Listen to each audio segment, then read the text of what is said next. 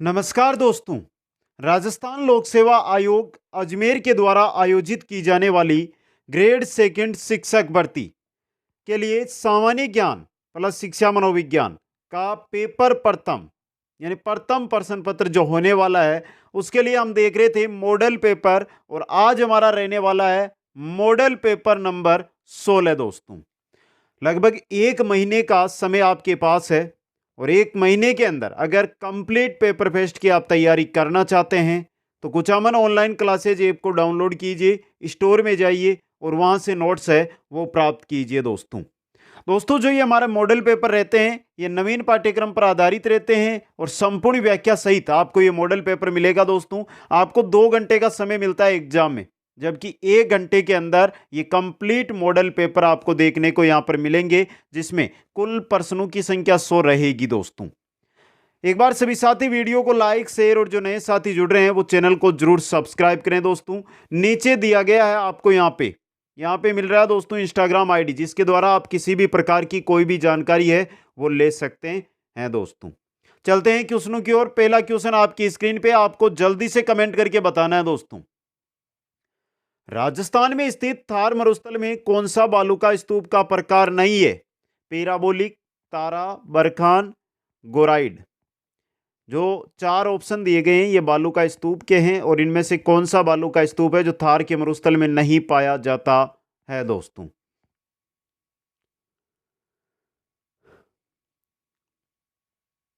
कौन सा है दोस्तों? कमेंट करके बताइए। पैराबोलिक है, तारा है, बरखान है, जबकि गोराइड नहीं है। दोस्तों, डी ऑप्शन आपका सही रहेगा। अगला क्वेश्चन, कोपेन के जलवायु वर्गीकरण के अनुसार राजस्थान के किस प्रदेश में एडब्ल्यू प्रकार की जलवायु पाई जाती है? कोपेन है, उन्होंने राजस्थान के अंदर 4 जलवायु प्रदेश बताए हैं: एडब्ल्यू, BSHW, BWHW और CWG। एडब्ल्यू प्रकार की जलवायु दक्षिणतम प्रदेश, उत्तर पूर्वी प्रदेश, पश्चिमी प्रदेश या उत्तरतम प्रदेश, किस प्रदेश के अंदर? बताइए दोस्तों, कहां पर? दक्षिणतम प्रदेश के अंदर। डूंगरपुर हो गया, चित्तौड़, बांसवाड़ा, झालावाड़, यहां पर। दोस्तों, ऑप्शन ए यहां पे सही रहेगा। अगला क्वेश्चन, 2011 की जनगणना के अनुसार राजस्थान में ग्रामीण महिला साक्षरता दर क्या है? बताइए दोस्तों। 49.6, 52.1, 45.8, 41.3। पूछा क्या है? महिला साक्षरता दर, वो भी ग्रामीण। दोस्तों, महिला साक्षरता दर 2011 की जनगणना के अनुसार पूछी गई है। अच्छी तरह अध्ययन करेंगे, कोई दिक्कत नहीं है। दोस्तों, देखिए मित्रों, मैं पूरी जानकारी दे दूं। प्रश्न अच्छा है आपको। यहां से ग्रामीण पूछा है, शहरी भी पूछा जा सकता है, पुरुषों की भी पूछी जा सकती है। तो देखिए, हम सबसे पहले बात करते हैं ग्रामीण में। सिर्फ ग्रामीण की बात कर रहे हैं, आपको याद रखना है यहाँ पे ग्रामीण। महिलाओं की बात करें ग्रामीण के अंदर 2011 के अनुसार, और यहां पर देख लेते हैं पुरुष। महिलाओं की जो साक्षरता दर थी ग्रामीण में वो है 45.8%। समझ गए? और जो पुरुष है उनकी साक्षरता दर, ये भी अच्छा क्वेश्चन बन सकता है आपके एग्जाम में। ग्रामीण क्षेत्र की अगर हम बात करते हैं तो वो कितनी थी? 76.2%। हो गया। अब बात कर लेते हैं शहरी क्षेत्र की। शहरी क्षेत्र में महिलाओं की जो साक्षरता दर है वो थी 70.7%। और पुरुषों की अगर हम बात करते हैं शहरी क्षेत्र के अंदर तो वो थी 87.9%। तो यहां पे सही है आपका ऑप्शन सी, 45.8%। दोस्तों, अगले क्वेश्चन की ओर बढ़ते हैं। राजस्थान के निम्न बेसिनों में से कहां अधिकतम बीड़ भूमि पाई जाती है? चंबल, मध्यमाही, ऊपरी बनास या लूनी? राजस्थान के जो बेसिन दिए गए हैं यहां पर अधिकतम बीड़ भूमि पाई जाती है, कहां पर? जो भी साथी क्लास देख रहे हैं यहां पे नीचे आपको लाइक का बटन मिल जाएगा, जल्दी से लाइक कर दे। दोस्तों, सभी साथियों से कहता हूं लाइक जरूर करें। चंबल बेसिन के अंदर बीड़ भूमि चंबल बेसिन के अंदर पाई जाती है। दोस्तों, अगला क्वेश्चन है आपका, राजस्थान में शुष्क सागवान वन कहाँ पाए जाते हैं? पश्चिमी राजस्थान में, आबू पर्वतीय क्षेत्र में, डूंगरपुर बांसवाड़ा में, अलवर व भरतपुर में।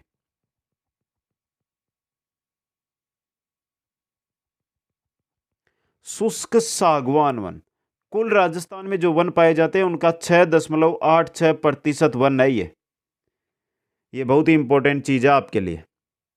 80 से 100 सेंटीमीटर तक वार्षिक वर्षा की आवश्यकता होती है और ये पाए जाते हैं ऑप्शनों के अकॉर्डिंग डूंगरपुर बांसवाड़ा, डूंगरपुर बांसवाड़ा। इसके अलावा चित्तौड़ है, राजसमंद है, उदयपुर है, यहां पर भी आपको देखने को ये मिल जाएंगे।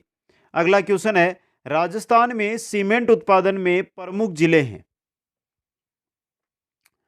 बूंदी, चित्तौड़, कोटा, सिरोही, उदयपुर। चित्तौड़, उदयपुर, प्रतापगढ़, बांसवाड़ा, सिरोही, कोटा, डूंगरपुर, बांसवाड़ा, कोटा, बूंदी, टोंक एवं भीलवाड़ा। राजस्थान में प्रथम सीमेंट का कारखाना 1913 में, 1913 में कहां पर? लाखेरी के अंदर। लाखेरी कहां पर है? बूंदी के अंदर लगा था। प्रथम सीमेंट कारखाना है ये, याद रखना है आपको। और ऑप्शन है जो आपका यहां पे रहेगा बूंदी, चित्तौड़, कोटा, सिरोही और उदयपुर। समझ गए? अच्छा क्वेश्चन है ये। और यहां से एक चीज और बता दूं, जो भी कारखाने हैं सीमेंट के, जैसे बिरला है, आदित्य, श्रीराम है, डीएलएफ है, बिनानी है, लाफार्ज है, जेके है, इनके बारे में आपको विस्तृत अध्ययन कर लेना। यहां से सीधा क्वेश्चन भी इनका बनकर आ सकता है। अगला क्वेश्चन, निम्न में से कौन सा युग्म सही सुमेलित नहीं है? मेहंदी सोजत, लहसुन बारा, इसबगोल जालोर, किनू बूंदी। इसबगोल में अब वर्तमान में बाड़मेर हो गया है, जबकि हमारे एनसीईआरटी पर जालोर सही है। असुमेलित बताना है तो देखिए मित्रों, कीनू, कीनू बूंदी हटा दीजिए। कीनू मिलेंगे आपको गंगानगर में सर्वाधिक। तो डी ऑप्शन आपका यहां पे सही रहेगा। अगला क्वेश्चन है, सुमेलित कीजिए तथा सही उत्तर का चयन कीजिए। पशुधन, नस्ल, गौवंश, भेड़, भैंस और बकरी। गौवंश, जो 4 नस्लें दी गई है इनमें से बड़वारी, मुर्रा, मालवी, ये गौवंश की है, तो गौवंश 3 नंबर पे। बात करते हैं भेड़ की। भेड़ है यहाँ पे नाली, नाली भेड़ की नस्ल है दोस्तों। भैंस की कौन सी है दोस्तों?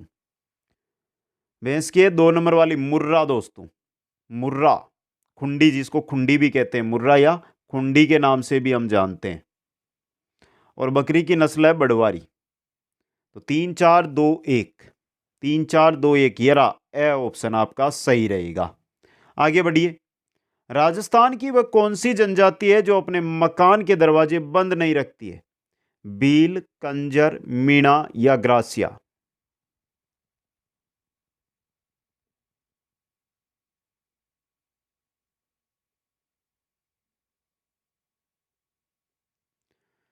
बता दीजिए दोस्तों, कौन सी जनजाति है जो अपने मकान के दरवाजे बंद नहीं रखती है? वो जाति है दोस्तों कंजर जाति।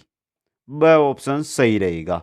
अगला क्वेश्चन, राजस्थान में सर्स सामूहिक आरोग्य बीमा योजना के अंतर्गत दिसंबर 2021 तक कितने दुग्ध उत्पादकों का बीमा किया गया? ये 2 बार पहले भी मैंने क्वेश्चन करवा दिया है और अच्छा इंपॉर्टेंट क्वेश्चन है जो आपके एग्जाम में आ सकता है। देखते हैं जो साथी लाइव है उनमें से किन किन का सही होता है। कमेंट करने के बाद लाइक जरूर कर दे मित्रों। तेज सरदर्द होने की वजह से आज आवाज धीमी रहेगी लेकिन क्लास पूरी होगी। सही ऑप्शन है सी, 46,342 दोस्तों। क्वेश्चन नंबर 11 में चलिए। निम्न में से आहड़ से संबंधित कौन सा कथन सही है? आहड़ सभ्यता, आहड़ के उत्खनन में 6 तांबे की मुद्राएं व 3 मोहरें प्राप्त हुई। आहड़ से प्राप्त एक मुद्रा पर यूनानी देवता अपोलो का अंकन है। आहड़ निवासी काले बुरे मृद भांडू का प्रयोग करते थे। बताइए दोस्तों।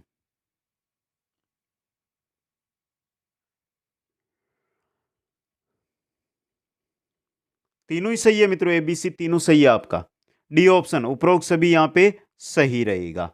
अगला क्वेश्चन, विदेशी यात्री सुलेमान किसके समय भारत आया था?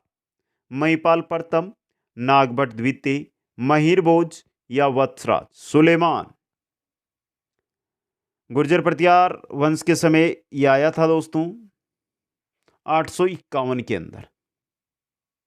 समझ गए आप, 851 ईस्वी में आया था भारत। और यहां पर देखिए जो मिहिर भोज है ना, मिहिर भोज, इनका जो शासन था ना वो 836 से 885 तक था। तो इनके शासन के समय आया, मिहिर भोज के समय ये आया था दोस्तों। अगला क्वेश्चन है, त्राइनु के युद्ध में पृथ्वीराज का मुख्य सेनापति था? कदमवास, खांडेराव, चंद्रबरदाई, भुवने कमलु। बताइए दोस्त। भुवने कमल, यानी भुवने कमल लिखा नहीं यहाँ, इनका अन्य नाम क्या है? भुवनमल।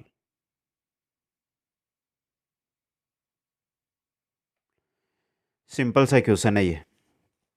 तो त्राइन के युद्ध में पृथ्वीराज का मुख्य सेनापति कौन था? खांडेराव था दोस्तों। कौन था? खांडेराव। सिंपल सा क्वेश्चन है ये, इंपॉर्टेंट क्वेश्चन है। जबकि ये कदमवास दिया गया ना, ये पृथ्वीराज का प्रधानमंत्री था, याद रखना आपको। अगला क्वेश्चन आ रहा है आपका, हमीर देव चौहान के कोटिजन यज्ञ का पुरोहित था? कुल्लुक, विश्ववल्लभ, विश्वरूप या विश्वकर्मा?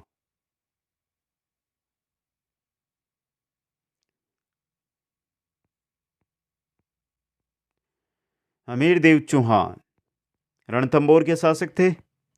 कब से कब तक थे? 1282 से 1301 तक।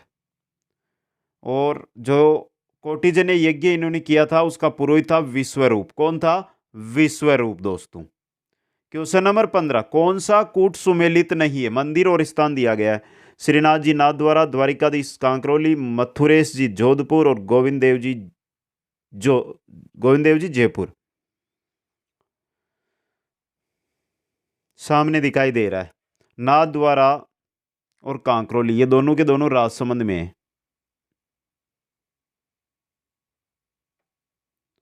मथुरेश जी कहां पर है इनका मंदिर? कोटा में है दोस्तों। तो सी ऑप्शन आपका यहां पे सही रहेगा, बाकी तीनों सुमेलित है। नेक्स्ट है, रणथंबोर के हमीर देव ने अलाउद्दीन के किन विद्रोहियों को शरण दी थी? नुसरत खां व लब खां, मोहम्मद शाह व केबरू, उलूग खां व खिजर खां, मोहम्मद शाह व अमीर खां। मंगोल विद्रोही नेता थे दो, उनको शरण दी थी और यही युद्ध का कारण बनता है। मंगोल नेता थे मोहम्मद शाह व केबरू दोस्तों। बी ऑप्शन सही रहेगा। अगला क्वेश्चन, जहांगीर ने बादशाह बनने के बाद किस राजपूत शासक के मनसब में कमी की थी? राजा राय सिंह, राजा जय सिंह प्रथम, मोटा राजा उदय सिंह, राजा मान सिंह प्रथम।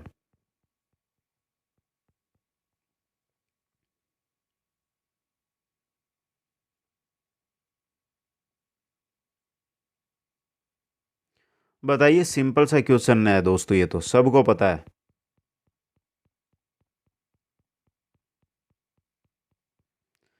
किसके दोस्तों?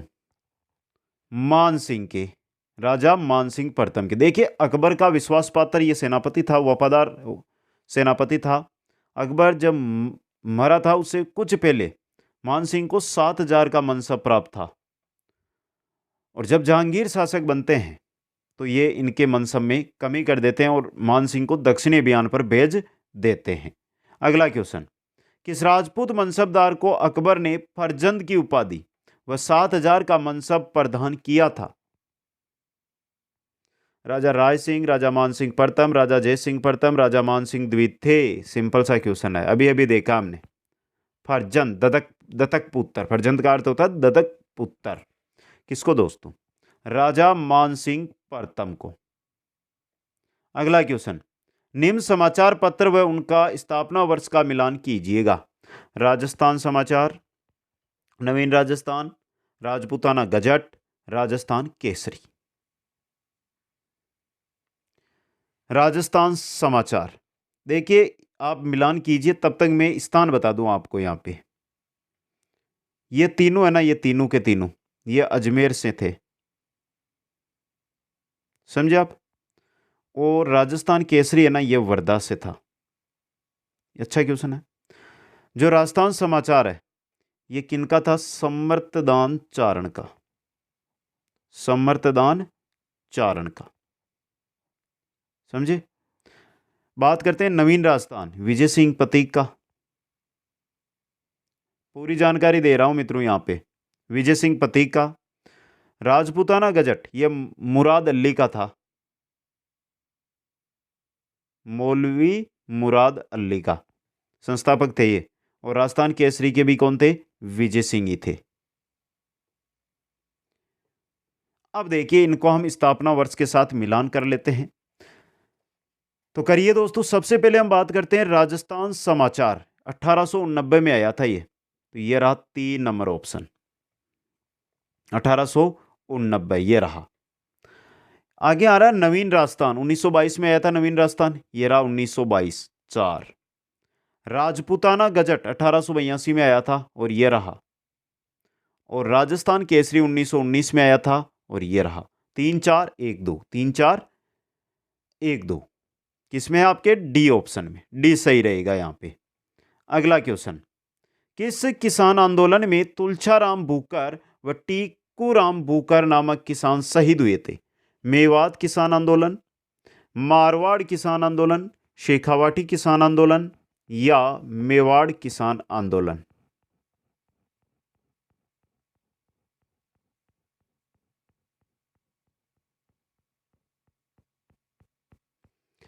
बताइए दोस्तों। कुंदन हत्याकांड पढ़ा होगा। कहां पर हुआ था ये? कब हुआ था ये? 25 अप्रैल 1935 को शेखावाटी में। और यहां पर ये किसान शहीद हुए थे दोस्तों। अगला क्वेश्चन, मेवाड़ प्रजामंडल का अस्थायी कार्यालय कहां स्थापित किया गया था? चित्तौड़गढ़, उदयपुर, अजमेर या भीलवाड़ा? बताइए दोस्तों कहां पर?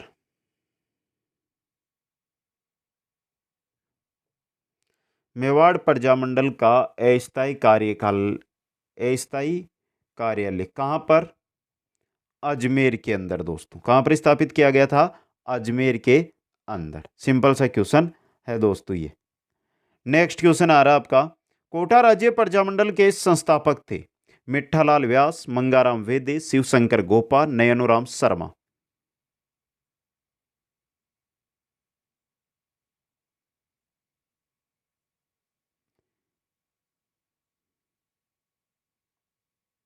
कौन थे? नयनोराम शर्मा थे दोस्तों। देखिए कोटा पहले आड़ोती प्रजामंडल में थे, तो नयनोराम शर्मा है वो वहां पर निष्क्रिय हो जाते हैं। इसके बाद ये कोट जो अभिनरी है, पंडित अभिनरी, उनके साथ मिलते हैं नयनोराम शर्मा और कोटा प्रजामंडल की स्थापना करते हैं दोस्तों। नेक्स्ट क्वेश्चन, राजस्थान में अजमेर के विलय के समय वहां का मुख्यमंत्री कौन था? हरविलास शारदा, बालकृष्ण कोल, हरिभाऊ उपाध्याय या हीरालाल शास्त्री? राजस्थान में अजमेर विलय के समय अजमेर का मुख्यमंत्री कौन था दोस्तों?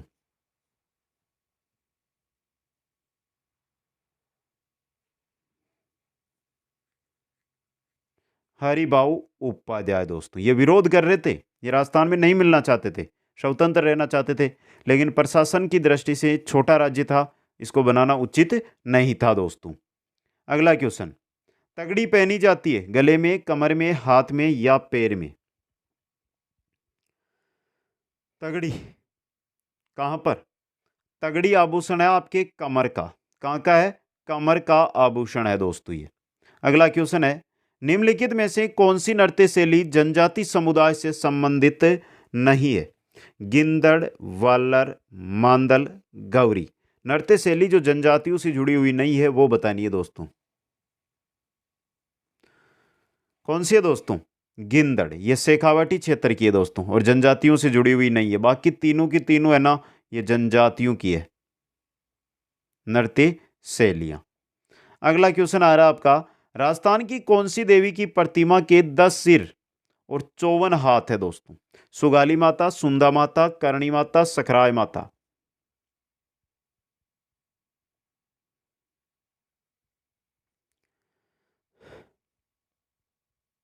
कौन सी है दोस्तों?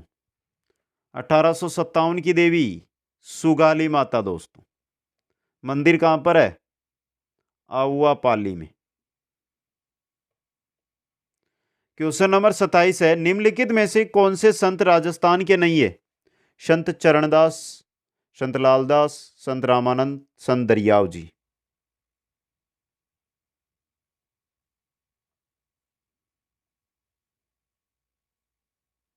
कौन दोस्तों? रामानंद। इनका जन्म प्रयागराज के अंदर हुआ था दोस्तों। अगला क्वेश्चन आ रहा है, निम्नलिखित में से कौन सी शैली मारवाड़ चित्रकला की उपशैली नहीं है? किशनगढ़, देवगढ़, नागौर या बीकानेर?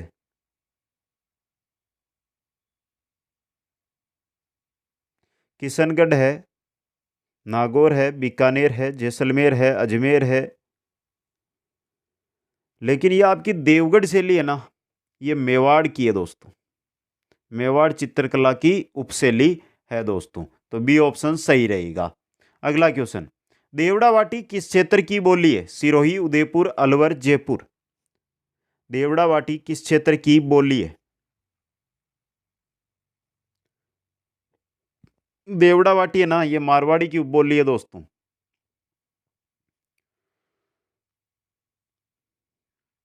किसकी है? सिरोही क्षेत्र की, राजस्थान के अंदर सर्वाधिक समृद्ध और महत्वपूर्ण बोली है देवड़ा वाटी।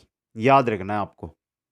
अगला क्वेश्चन है, निम्नलिखित में से गलत युगम का पहचान करना। सूर्य मंदिर ओसियां, देलवाड़ा मंदिर आबू, महानालेश्वर मंदिर मेनाल और जगत शिरोमणि मंदिर अजमेर।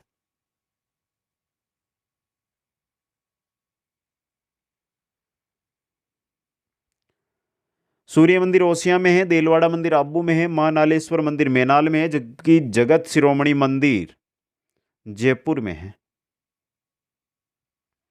समझे? आमेर जयपुर, आमेर भी याद रख लो, आमेर जयपुर।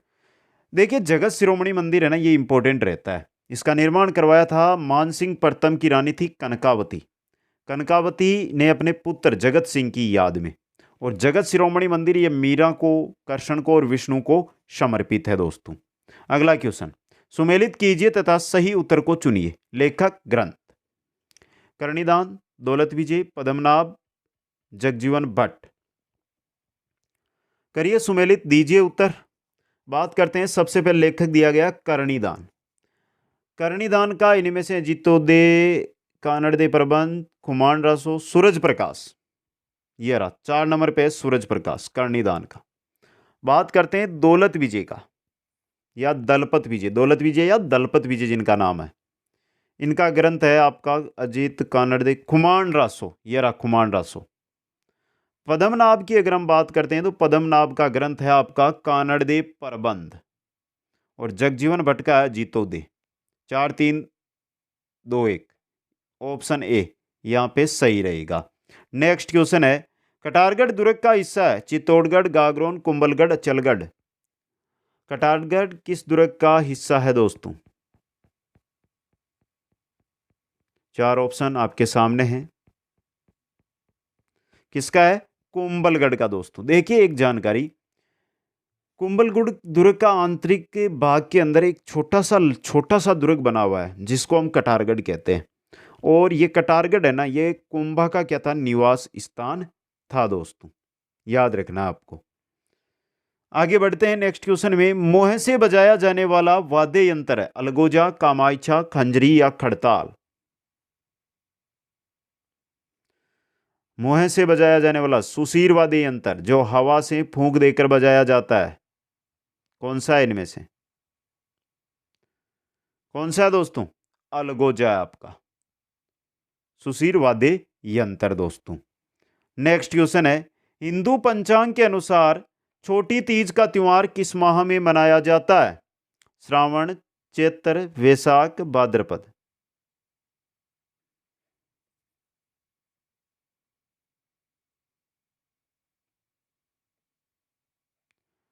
छोटी तीज का त्योहार किस माह में? श्रावण शुक्ला तृतीया को मनाया जाता है, श्रावण शुक्ला तृतीया को दोस्तों। अगला क्वेश्चन आ रहा है, निम्नलिखित में से किस मेले का आयोजन कोलायत बीकानेर में होता है? बहुत ही सिंपल सा क्वेश्चन आया दोस्तों। किस दिन होता है ये? कार्तिक महीने की पूर्णिमा को। सिंपल सा क्वेश्चन है ये। किनका? कपिल मुनि का मेला दोस्तों, कोलायत बीकानेर में कार्तिक पूर्णिमा के दिन, इसी दिन पुष्कर का मेला लगता है। अगला क्वेश्चन है, राज्यपाल पद पर नियुक्त होने के लिए योग्यताएं भारत के संविधान के किस अनुच्छेद में दी गई है? 159, 151, 157, 161।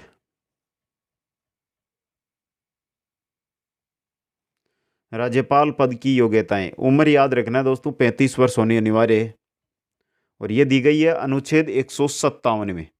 यहां से जो साथी रीट की तैयारी कर रहे हैं ना, सेकंड ग्रेड के साथ रीट मेंस की या सेकंड ग्रेड की कर रहे हैं, तो हम रीट की जो तैयारी करवा रहे हैं अभी, आपके पॉलिटिक्स साइंस की क्लासें चल रही है, राज्यपाल विधानसभा हो चुकी है, उनको ध्यान से पढ़ लीजिएगा। सेकंड ग्रेड वाले साथी भी ले लें उनको, क्योंकि एक एक लाइन एनसीईआरटी आरबीएससी की करवा रहा हूं वहां पे मैं।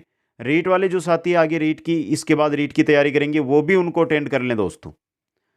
क्वेश्चन नंबर आ रहा है आपका 37, राजस्थान के निम्नलिखित मुख्यमंत्रियों में से कौन अपने संपूर्ण राजनीतिक जीवन में किसी राज्य का राज्यपाल नहीं रहा? हरिदेव जोशी, भैरू सिंह शेखावत, शिवचरण माथुर, जगन्नाथ पहाड़िया। एक से बढ़कर एक क्वेश्चन आ रहे हैं आपके लिए।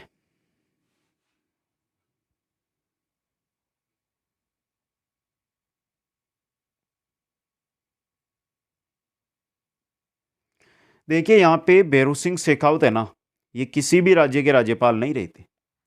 सबसे पहले दिया ना हरिदेव जोशी, ये असम, मेघालय, बंगाल, पश्चिम बंगाल, यहां के राज्यपाल रहे। शिवचरण माथुर की अगर हम बात करें तो शिवचरण माथुर है असम के राज्यपाल रहे। जगन्नाथ पहाड़िया है, ये हरियाणा के राज्यपाल रहे।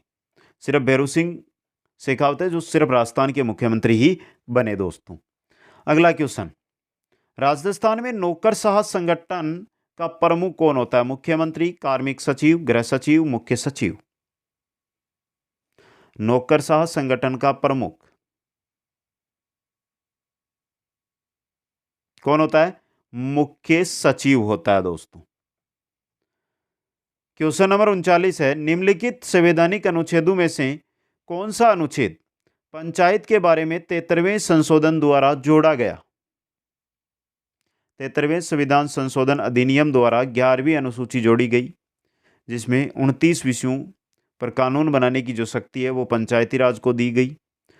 और भारतीय संविधान है उसका भाग 9 है, भारतीय संविधान के भाग 9 के अंदर अनुच्छेद जोड़े गए थे। उनमें से कौन कौन से हैं दोस्तों? कौन से हैं बताइए दोस्तों, सिंपल सा क्वेश्चन। 243 ए से लेकर 243 ओ तक, कुछ टाइपिंग मिस्टेक है, ये रहा आपका, देखिए 243 ए से लेकर 243 ओ तक दोस्तों। अगला क्वेश्चन है, किस विधानसभा से राज्य में राज्य मंत्री और संसदीय सचिव की व्यवस्था की गई? दूसरी, चौथी, छठी, आठवीं। किस विधानसभा से राज्य में राज्य मंत्री व संसदीय सचिव की व्यवस्था की गई?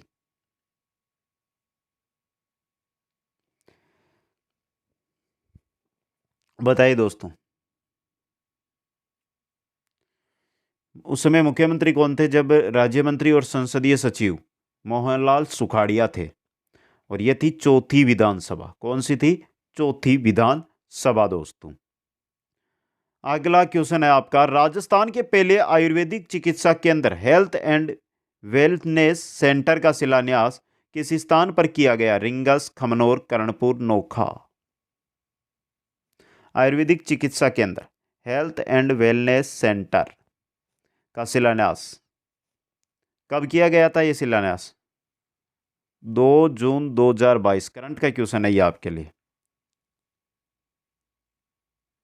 कहां पर? खमनोर में। खमनोर है राजसमंद में। किस गांव में किया गया था? ये क्वेश्चन भी तो बन सकता है ना। खमनोर तहसील है और वहां पर गांव है बिल्ली की भंगल।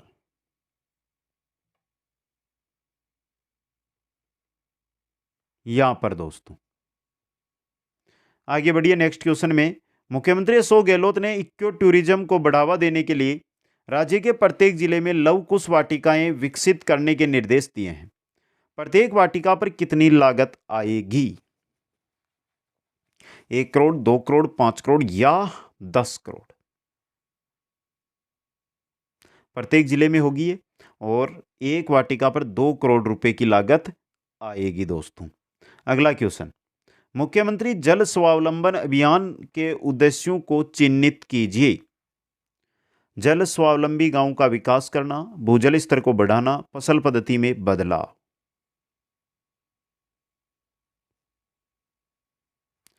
तीनों है ये तो, और एक और है, जल संरक्षण को निश्चित कर जो सिंचित क्षेत्र है उसको भी बढ़ाना। तो यहां पे आपका रहेगा डी ऑप्शन, 1 2 3, डी ऑप्शन सही दोस्तों। अगला क्वेश्चन, एपीआई का 77वां राष्ट्रीय सम्मेलन एपीकॉन 2022 किस शहर में आयोजित किया गया?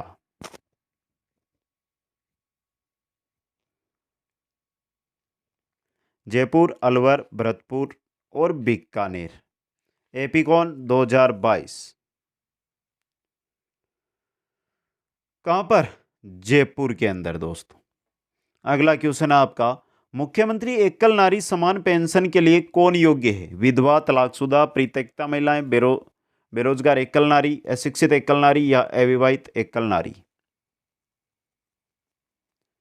मुख्यमंत्री एकल नारी समान पेंशन की पात्रता 18 वर्ष से अधिक आयु की, चाहे विधवा हो, चाहे तलाकशुदा हो, चाहे परित्यक्ता हो, ये महिलाएं हैं। इनको वार्षिक 48,000 रुपये से अधिक इनकी आय नहीं होनी चाहिए। तो ऑप्शन ए आपका सही रहेगा। नेक्स्ट क्वेश्चन, हाल ही में देश भर में चल रहे आज़ादी के अमृत महोत्सव कार्यक्रमों का नोडल मंत्रालय है? गृह मंत्रालय के अंदर संस्कृति मंत्रालय, कानून एवं न्याय मंत्रालय या शिक्षा मंत्रालय? आज़ादी के अमृत महोत्सव के उपलक्ष्य में कार्यक्रम आयोजित करवाने में राजस्थान देश में शीर्ष स्थान पर है दोस्तों। और यह आयोजन केंद्र का कौन सा मंत्रालय करवा रहा है? कौन सा है? केंद्र संस्कृति मंत्रालय दोस्तों, बी ऑप्शन। नेक्स्ट क्वेश्चन, देश के सबसे व्यस्ततम एयरपोर्ट की सूची में जयपुर अंतर्राष्ट्रीय हवाई अड्डे की रैंकिंग बताइए। 10वीं, 11वीं, 15वीं या 16वीं?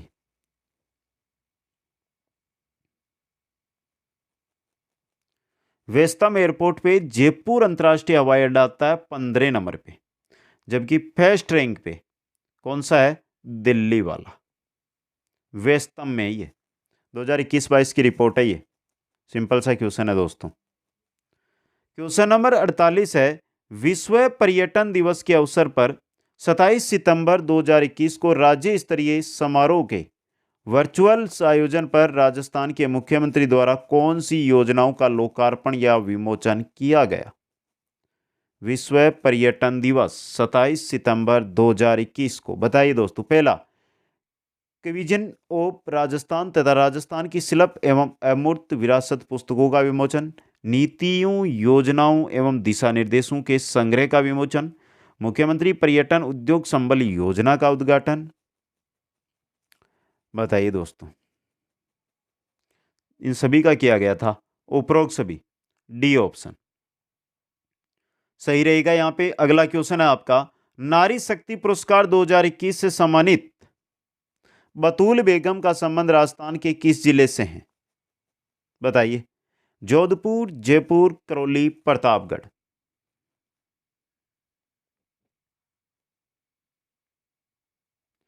मांड एवं भजन लोक गायन के क्षेत्र में नारी शक्ति पुरस्कार 2021 इनको दिया गया और इनका संबंध है वो राजस्थान के जयपुर जिले से है। राजस्थान के जयपुर जिले से। अगला क्वेश्चन, भारत में कच्चे तेल का दूसरा सबसे बड़ा उत्पादक राज्य? महाराष्ट्र, राजस्थान, गुजरात, इनमें से कोई नहीं? बताइए दोस्तों।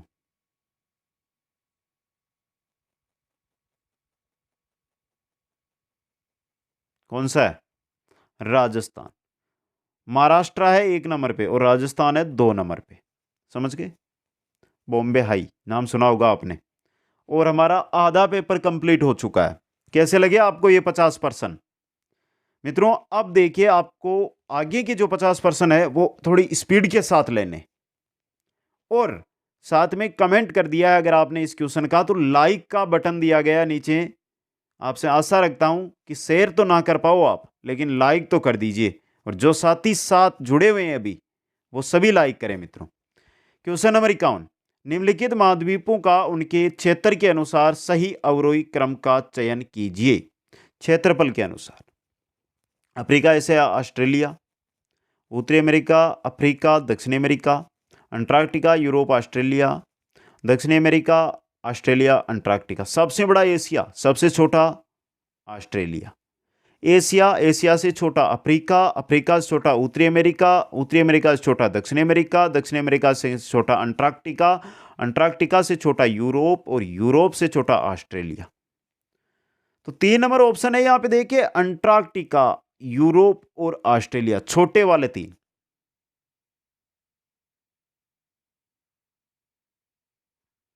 5 नंबर, 6 नंबर, 7 नंबर, समझ गए। क्वेश्चन नंबर 52, मेरियाना ग्रत निम्न में से किस महासागर में अवस्थित है? सबसे गहरा गर्त है ये, जिसकी गहराई 11,034 मीटर। किसमें दोस्तों?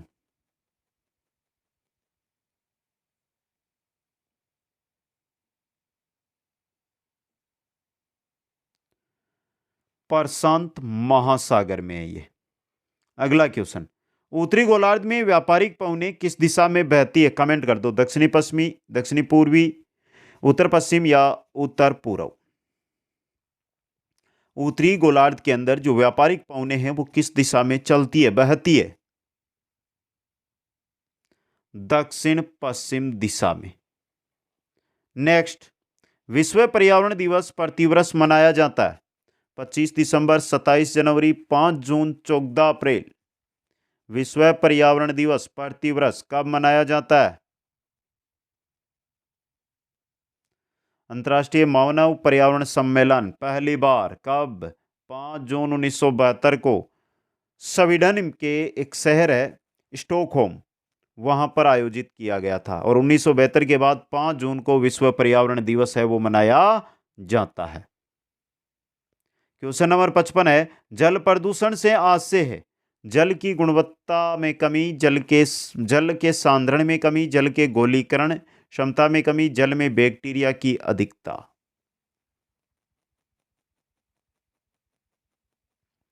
जल की गुणवत्ता में कमी ही जल प्रदूषण कहलाता है दोस्तों। अगला क्वेश्चन, सुमेलित कीजिए तथा सही उत्तर का चयन कीजिए। पर्वत शिखर दिए गए हैं, किस देश में स्थित है यह आपको बताना है दोस्तों। अल्ब्रुस, किलिमंजारो, माउंट कुक और मैकिनले।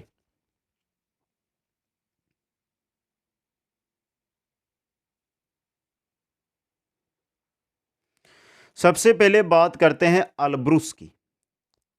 किसकी? अल्ब्रुस की। अल्ब्रुस कहां पर है बताइए कमेंट करके दोस्तों। सिंपल सा क्वेश्चन आपकी स्क्रीन पे दोस्तों। अल्ब्रुस है रूस के अंदर। कहां पर है? रूस के अंदर दोस्तों। आ गया। 2 नंबर पे है किलिमंजारो। किलिमंजारो अफ्रीका महाद्वीप में है और देश है तंजानिया। बात करते हैं माउंट कुक। माउंट कुक कहां पर है?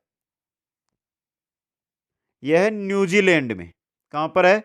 न्यूजीलैंड में।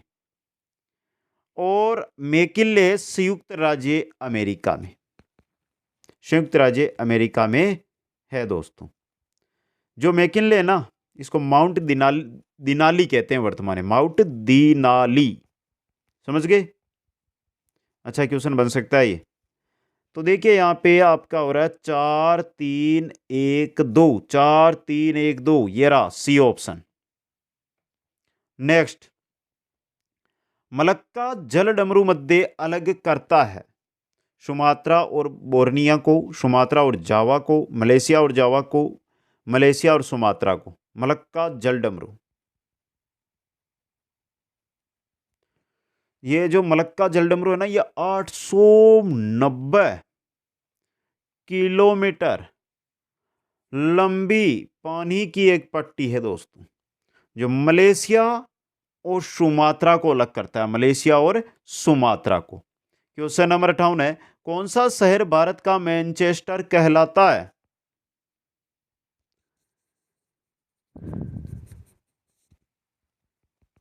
भारत का मैनचेस्टर, भारत का कोटनोपोलिस किस शहर को कहा जाता है दोस्तों? किसको कहा जाता है? वस्त्र उद्योग आधुनिक भारत का सबसे बड़ा उद्योग, और मुंबई देश का सबसे बड़ा सूती वस्त्रों का केंद्र है, इसी वजह से मुंबई को कहा जाता है। अब देखिए, यह तो हो गया भारत का, समझ गए आप? एक क्वेश्चन आया है, उत्तरी भारत का मैनचेस्टर किसे कहा जाता है? कानपुर को।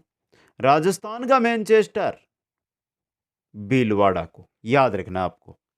अगला क्वेश्चन, किसानों को 3 बराबर किस्तों में 6,000 रुपए प्रति वर्ष किस योजना के तहत दिए जाने का प्रावधान किया गया है?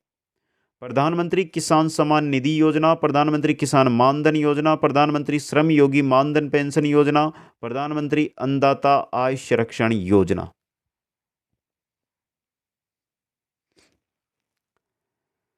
बताइए दोस्तों।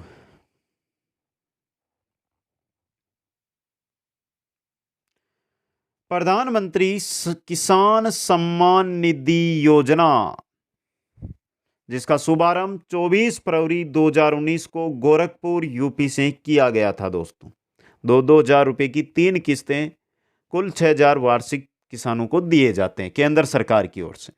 अगला क्वेश्चन, भारत में बजट निर्माण किसके द्वारा किया जाता है?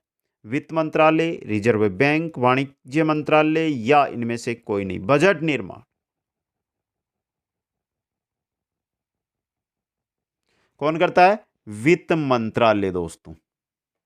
क्वेश्चन नंबर 61 है, पंचशील के 5 सिद्धांतों को भारत ने क्यों बढ़ावा दिया? मौलिक अधिकारों के रक्षण हेतु, संयुक्त राष्ट्र संघ विधान के निर्माण हेतु, अंतर्राष्ट्रीय कानून को लोकप्रिय बनाने के लिए, या अंतर्राष्ट्रीय संबंधों में साम्य व्यवहार हेतु। देखिए, 5 सिद्धांत हम पढ़ते हैं, 5 सिद्धांतों के बारे में देखिए। पहला सिद्धांत देखिए, सुन लेना आप आराम से। सभी देशों द्वारा अन्य देशों की क्षेत्रीय अखंडता है, प्रभुत्ता है, प्रभुसत्ता है, इनको समान करना। दूसरा है, दूसरे देश के आंतरिक मामलों में हस्तक्षेप न करना। तीसरा है, दूसरे देश पर कभी आक्रमण न करना। चौथा है, परस्पर सहयोग, परस्पर लाभ को बढ़ावा देना। और पांचवा है, शांतिपूर्ण अस्तित्व की नीति का पालन करना। तो इनसे मतलब अंतर्राष्ट्रीय संबंधों में साम्य व्यवहार हेतु दोस्तों, डी ऑप्शन। अगला क्वेश्चन, भारत में कुल वनावरण है? 4 ऑप्शन है दोस्तों। प्रतिशत लिख दो ना, प्रतिशत तो लिख दो मित्रों। भारत का कुल वनावरण प्रतिशत यह है, बता दीजिए। 4 ऑप्शन आपकी स्क्रीन पे आ रहे हैं। चलो, ए और डी को कट कर दिया, बी और सी में से कौन सा है?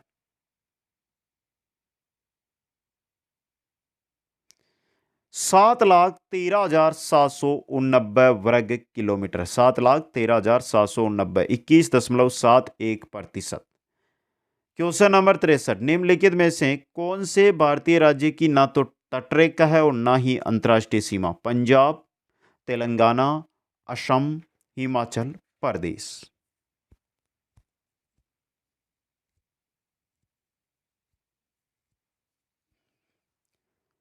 तेलंगाना। तेलंगाना सिर्फ राज्यों को छूता है। कौन कौन से राज्यों को छूता है? महाराष्ट्र, कर्नाटक, छत्तीसगढ़, उड़ीसा और आंध्र प्रदेश को। इसकी ना तटरेखा है, ना अंतर्राष्ट्रीय रेखा है। अगला क्वेश्चन, भारत में ग्रीष्मकालीन मानसून पर जिसके कारण विपरीत प्रभाव पड़ने की संभावना रहती है वह है लानीना, पश्चिमी विक्षोभ, टाइफून या अल्नीनो। बताइए दोस्तों, सिंपल सा क्वेश्चन आया एग्जाम की दृष्टि से। ये भारत में ग्रीष्मकालीन मानसून पर जिसके कारण विपरीत प्रभाव पड़ने की आशंका रहती है हमें, या संभावना रहती है, वो है अल नीनो दोस्तों। क्या है? अल नीनो है दोस्तों, समझ गए? अगला क्वेश्चन, जनसंख्या की दृष्टि से भारत का विश्व में कौन सा स्थान? इससे शायद ही कोई सिंपल क्वेश्चन आपको देखने को मिले। 2011 की अंतिम आंकड़ों के अनुसार भारत की जनसंख्या कौन सा स्थान है? द्वितीय स्थान है। पहला स्थान चीन का है दोस्तों। अगला क्वेश्चन, भारतीय जलवायु कैसी है? उष्ण मानसूनी, उष्ण मरुस्थलीय, भूमध्य सागरीय या सागरीय?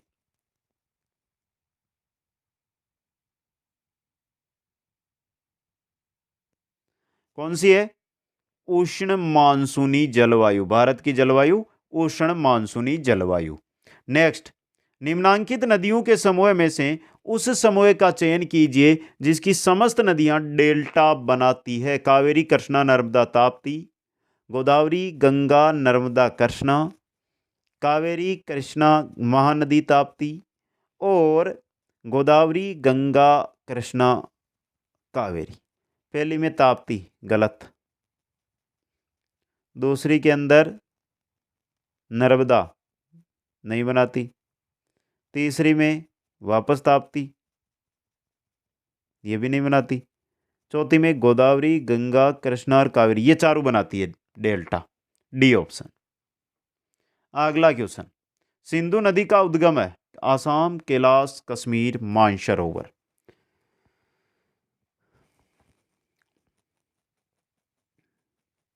कहां से होता है दोस्तों?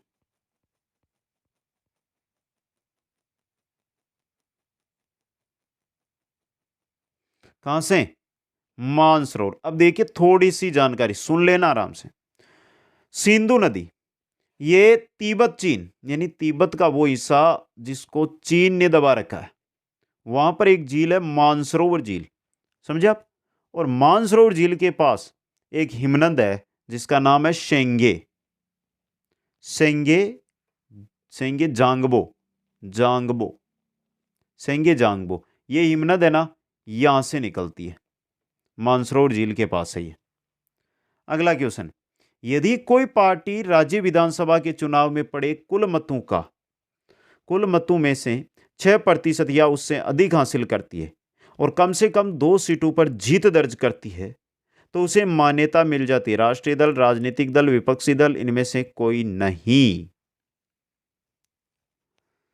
किसकी मान्यता? राजनीतिक दल की दोस्तों। क्वेश्चन नंबर 70, संयुक्त राज्य अमेरिका एवं रूस के मध्य हस्ताक्षरित पर्याय संधि क्या है? संयुक्त राज्य अमेरिका और रूस के मध्य जो हस्ताक्षरित है, मध्य हस्ताक्षरित जो संधि है, पर्याय संधि, क्या है वो?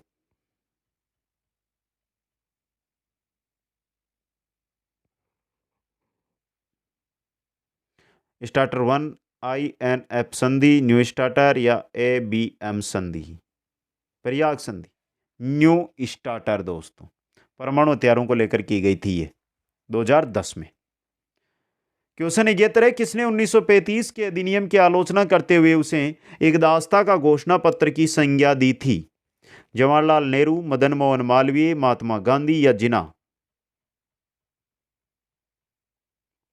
किसने? जवाहरलाल नेहरू ने। नेक्स्ट क्वेश्चन, भारतीय संविधान के किस अनुच्छेद में राष्ट्रपति पर महाभियोग चलाने की प्रक्रिया का प्रावधान किया गया? अनुच्छेद 56, अनुच्छेद 61, अनुच्छेद 65, अनुच्छेद 58। राष्ट्रपति पर महाभियोग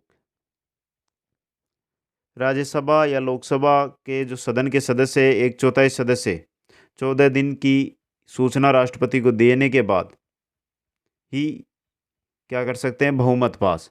और ये दिया गया अनुच्छेद 61 में। इंपॉर्टेंट रह सकता है ये क्वेश्चन आपके लिए, अभी बता रहा हूं। आगे बढ़ जाइए। निम्नलिखित में से कौन भारत सरकार के प्रधानमंत्री के वेतन एवं भत्तों का निर्धारण करता है? राष्ट्रपति, संसद, प्रधानमंत्री स्वयं, या मंत्रिमंडल? प्रधानमंत्री के वेतन भत्तों का निर्धारण संसद के द्वारा किया जाता है, समझ गए? क्वेश्चन नंबर 74 है, निम्नांकित में से किसका उल्लेख राज्य नीति के निर्देशक तत्वों में नहीं हुआ है? कर्मकारों के लिए निर्वाह मजदूरी, नागरिकों के लिए एक समान सिविल संहिता, वैज्ञानिक दृष्टिकोण का विकास, निःशुल्क विधिक सहायता। इसका नहीं हुआ है नीति निर्देशकों में। क्वेश्चन 75, निम्नलिखित में से कौन सा भारत के संविधान के भाग 4A में वर्णित मूल कर्तव्य नहीं है? भारत की संप्रभुता, एकता और अखंडता की रक्षा करें और उसे अक्षुण्ण रखें। हमारी सामाजिक संस्कृति की गौरवशाली परंपरा का महत्व समझें और उसका परिरक्षण करें। अंतर्राष्ट्रीय शांति और सुरक्षा को प्रणोदित करें। सार्वजनिक संपत्ति को सुरक्षित रखें और हिंसा से दूर रहे। कौन सा नहीं है? ये वाला नहीं है, सी वाला, बाकी तीनों है। सी ऑप्शन सही रहेगा। क्वेश्चन 76 की ओर बढ़ते हैं। 3/4 पेपर हमारा कंप्लीट हुआ है अभी। अगला क्वेश्चन, भारतीय संविधान का कौन सा अनुच्छेद ये घोषित करता है कि राज्य सरकार लोगों के कल्याण को प्रोन्नत करना होना चाहिए? राज्य सरकार लोगों के कल्याण को प्रोन्नत करना होना चाहिए, कौन सा अनुच्छेद? 38, 40, 42, 46। अनुच्छेद 38, आर्टिकल 38 दोस्तों। क्वेश्चन 77, भारत एक गणराज्य है क्योंकि राष्ट्रपति निर्वाचित होता है, संसद द्विसदनात्मक है, मंत्री परिषद लोकसभा के प्रति उत्तरदायी है, नागरिकों का मूल अधिकार संविधान द्वारा प्रत्याभूत है। भारत का प्रथम व्यक्ति, भारत का राष्ट्र प्रमुख यानी भारत का राष्ट्रपति यहां पर निर्वाचित होता है, वंशानुगत न होता है। इसका मतलब भारत एक गणराज्य है दोस्तों। नेक्स्ट क्वेश्चन, भारत के संविधान के स्रोतों के संदर्भ में निम्नांकित में से कौन सा युग्म सुमेलित नहीं है? कानून निर्माण की प्रक्रिया ब्रिटेन, राज्य के नीति निर्देशक तत्व आयरलैंड, न्यायिक पुनरावलोकन संयुक्त राज्य अमेरिका और अर्धसंघात्मक सरकार स्विट्जरलैंड। पहला सही, बी सही, सी सही, ये कनाडा। अर्धसंघात्मक सरकार कनाडा से, डी ऑप्शन सही रहेगा। क्वेश्चन आ रहा 79, भारत द्वारा वर्ष 2021-22 के दौरान शीर्ष कृषि निर्यात वस्तुओं की सूची में सम्मिलित है पेट्रोलियम उत्पाद एवं आभूषण, कीमती पत्थर एवं मोती, लोहा इस्पात एवं ऑर्गेनिक रसायन और उपरोक्त सभी। 2021-22 के दौरान कृषि निर्यात वस्तु में पेट्रोलियम उत्पाद है, कीमती आभूषण है, बेस कीमती पत्थर है, कीमती मोती है, लोहा इस्पात है, ऑर्गेनियम रसायन है, एल्यूमिनियम है, ये सभी है। तो उपरोक्त सभी, डी ऑप्शन। क्वेश्चन नंबर 80 है, नीति आयोग द्वारा जारी निर्यात तत्परता सूचकांक 2021 में दूसरा स्थान प्राप्त करता राज्य है। निर्यात तत्परता सूचकांक में गुजरात, महाराष्ट्र, तमिलनाडु, कर्नाटक। निर्यात तत्परता सूचकांक 2021 के अनुसार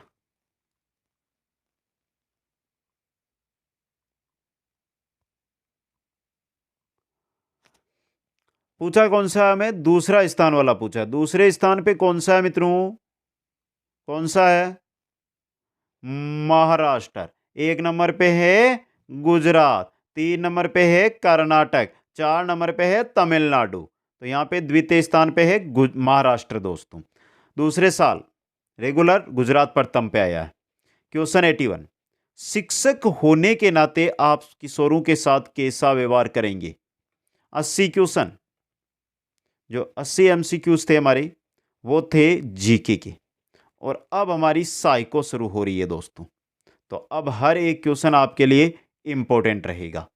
शिक्षक होने के नाते आप किशोरों के साथ कैसा व्यवहार करेंगे? बताइए दोस्तों, बालक सा, वयस्क सा, वृद्ध सा या उपरोक्त सभी?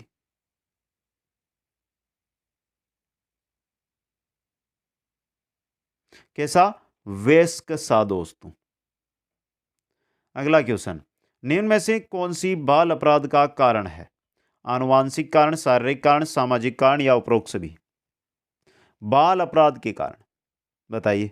आनुवांशिक कारण होते हैं, शारीरिक कारण होते हैं, सामाजिक कारण होते हैं, मनोवैज्ञानिक कारण होते हैं, पारिवारिक कारण होते हैं और विद्यालय के कारण होते हैं। तो ये तीनों है, उपर्युक्त सभी, डी ऑप्शन सही रहेगा। क्वेश्चन 83 है, शारीरिक बुद्धि और विकास से संबंध निम्न में से है? प्रारंभिक 2 या 3 वर्षों में शारीरिक विकास एवं वृद्धि तीव्र होती है। 2-3 वर्षों के बाद से लेकर किशोरावस्था के प्रारंभ तक यह मंद गति से होता है। किशोरावस्था के प्रारंभ 3 वर्षों में यह गति पुनः तेज हो जाती है। उपर्युक्त सभी। देखिए, शारीरिक वृद्धि हो, विकास हो, इसकी गति अलग अलग अवस्थाओं में हमें अलग अलग देखने को मिलेगी। शुरू में जन्म होता है उस समय तेज रहती है, फिर धीमी हो जाती है। किशोरावस्था प्रारंभ में तेज होती है, फिर धीमी हो जाती है। तो यानी अलग अलग मिलती है, और ये तीनों सही है आपके यहाँ पे। उपर्युक्त सभी, डी ऑप्शन सही रहेगा। क्वेश्चन 84, बाल्यावस्था को बालक का निर्माणकारी काल किसने माना? मॉन्टेसरी, पियाजे, बलेयर, फ्राइड।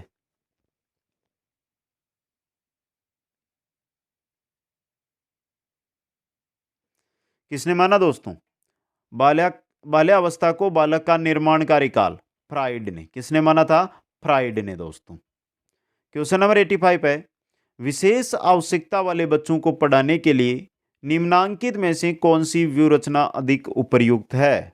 अधिकतम बच्चों को सम्मिलित करते हुए कक्षा में चर्चा करना, विद्यार्थियों को सम्मिलित करते हुए अध्यापक द्वारा निर्देशन देना, सहकारी अधिगम तथा पीआर ट्यूटरिंग और अध्यापन के लिए योग्यता आधारित समूहीकरण। विशेष आवश्यकता वाले बच्चों को पढ़ाने के लिए निम्नांकित में से कौन सी व्यूह रचना अधिक उपयुक्त है?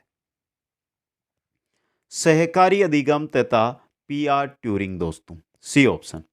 क्वेश्चन 86, मनोविज्ञान को मन का विज्ञान किसने कहा? सिंपल सा क्वेश्चन। जॉन ड्यूई, डगलस, अरस्तू या स्किनर? मन का विज्ञान अरस्तू ने दोस्तों।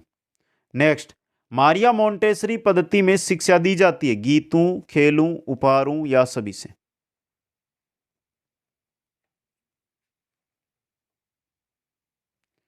मारिया मोंटेसरी पद्धति। देखिए मित्रों, आप यहां पे खेल मत कर देना। गीतों के द्वारा भी, एक गीतों के द्वारा अगर शिक्षा दी जा रही है तो वो भी खेल में आएगा, उपहारों के द्वारा शिक्षा दी जा रही है तो वो भी खेल में ही आएगा। तो उपयुक्त सभी रहेगा डी ऑप्शन। अगला क्वेश्चन, फ्राइड ने मन की तुलना किससे की? समुद्र में तैरते हुए जहाज, समुद्र में तैरते हुए मगरमच्छ, समुद्र में समुद्र नहीं, ये समूह है, ये समूह में तैरते हुए हिमखंड।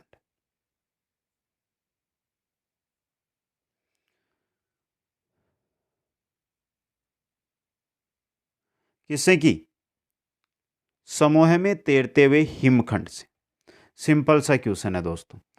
फ्राइड ने मन के 3 रूप बताए थे, अचेतन मन, अवचेतन मन और सचेतन मन। अगला question, taxonomy of educational objective किसने दिया? थोरनडाइक, स्किनर, हल या ब्लूम?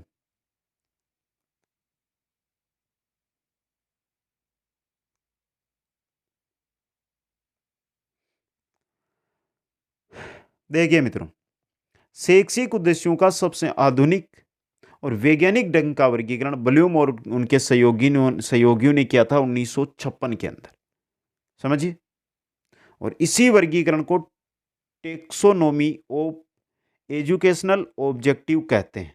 तो सही रहेगा डी, ब्लूम। क्वेश्चन 90, छात्रों में चोरी करने की आदत को कैसे दूर किया जा सकता है? बालकों को पारितोषिक देकर, उदाहरण देकर, प्रताड़ना देकर या सजा देकर?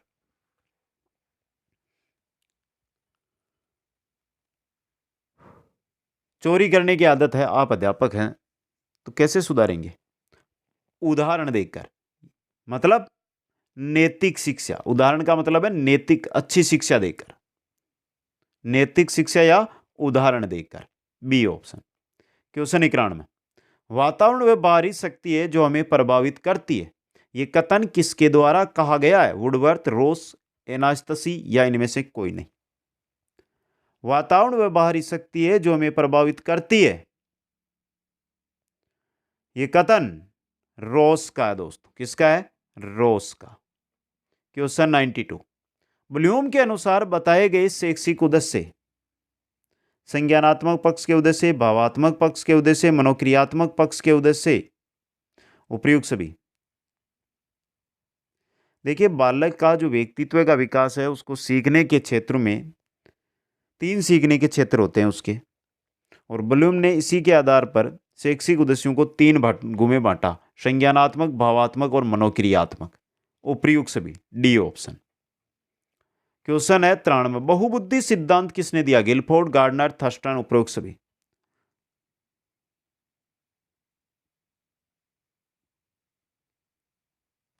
बहुबुद्धि का सिद्धांत किनका है? ये गार्डनर का है। अब बहुबुद्धि के सिद्धांत में गार्डनर ने 7 तरह की बुद्धि बताई, और वर्तमान में इसी बहुबुद्धि सिद्धांत में बुद्धि कितने प्रकार की बताई जा रही है? 9 प्रकार की।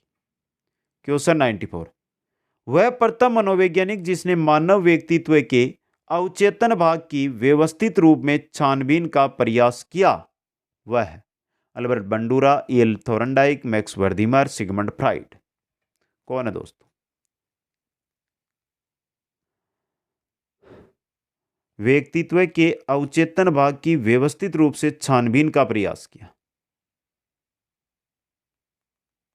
कौन था वो? सिगमंड फ्राइड दोस्तों। मनोविश्लेषण सिद्धांत या मनोविश्लेषणवाद का सिद्धांत, समझे? क्वेश्चन 95, जेनसन के अनुसार बुद्धि की क्षमताएं होती है। अर्थर जेनसन पूरा नाम है इनका।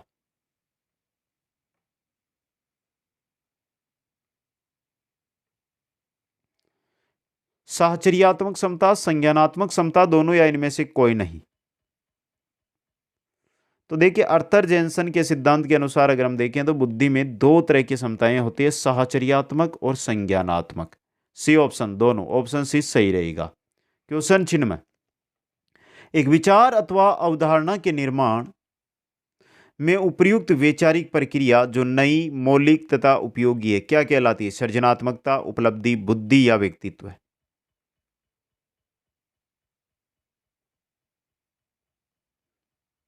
क्या कहलाती है? सृजनात्मकता। ऑप्शन ए सही रहेगा। क्वेश्चन आ रहा 97, निम्न में से कौन सा अधिगम का निर्मितवादी विचार नहीं है? अधिगम वैसा का वैसा संप्रत्यात्मक स्कीमा है। अधिगम एक सक्रिय अर्थ निर्माण प्रक्रिया है।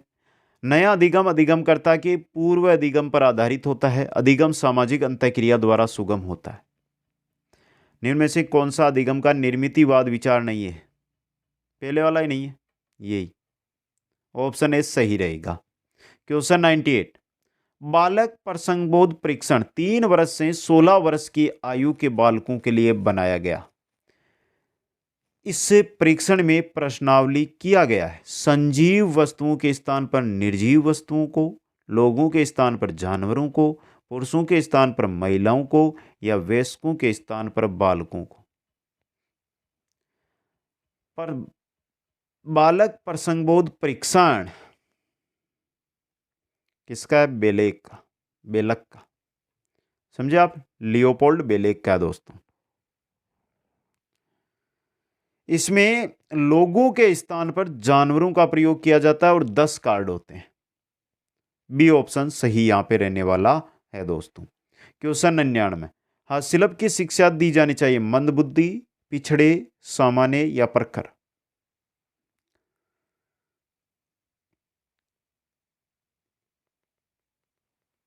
किनको दी जानी चाहिए? मंदबुद्धि बालकों को। क्वेश्चन नंबर 100 है और मित्रों इसके बाद 100 में से कितने हुए आपके सही? कमेंट करके बताइए। लाइक और शेयर, ये काम आपका है मित्रों। देखते हैं आपका प्यार मुझे कितना मिलता है, आपको पेपर कितना पसंद आता है। लाइक शेयर पर ही मिलेगा।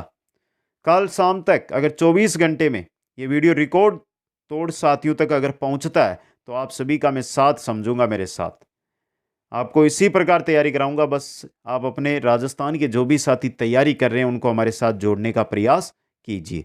निम्न में से कौन सी व्यक्तित्व मापन की प्रक्षेपण विधि है? आत्मकथा, निर्धारण मापनी, मुक्त साहचर्य, बाल अंतर्बोध परीक्षण। प्रक्षेपण विधियां कौन कौन सी है? रोरसाक स्याही धब्बा परीक्षण है आपकी। इसके अलावा कहानी या वाक्य पूर्ति है, बाल अंतर्बोध है, खेल व नाटक है, प्रांसगिक अंतर्बोध है। तो ये रहा बाल अंतर्बोध परीक्षण, डी ऑप्शन। तो कैसी लगी ये क्लास? कमेंट कीजिए अपना स्कोर और लाइक और शेयर। देखते हैं कितने साथियों को आज हमारे साथ आप जोड़ते हैं इस क्लास में। वेट रहेगा आपका। और सभी साथी, मेरे को पता है इतना काम तो मेरा अब 5 मिनट के लिए निकाल कर करेंगे। व्हाट्सएप, फेसबुक के जरिए अधिक से अधिक शेयर कीजिएगा, लाइक कीजिएगा। आप सभी को मेरी ओर से बहुत बहुत धन्यवाद। जय हिंद, जय भारत।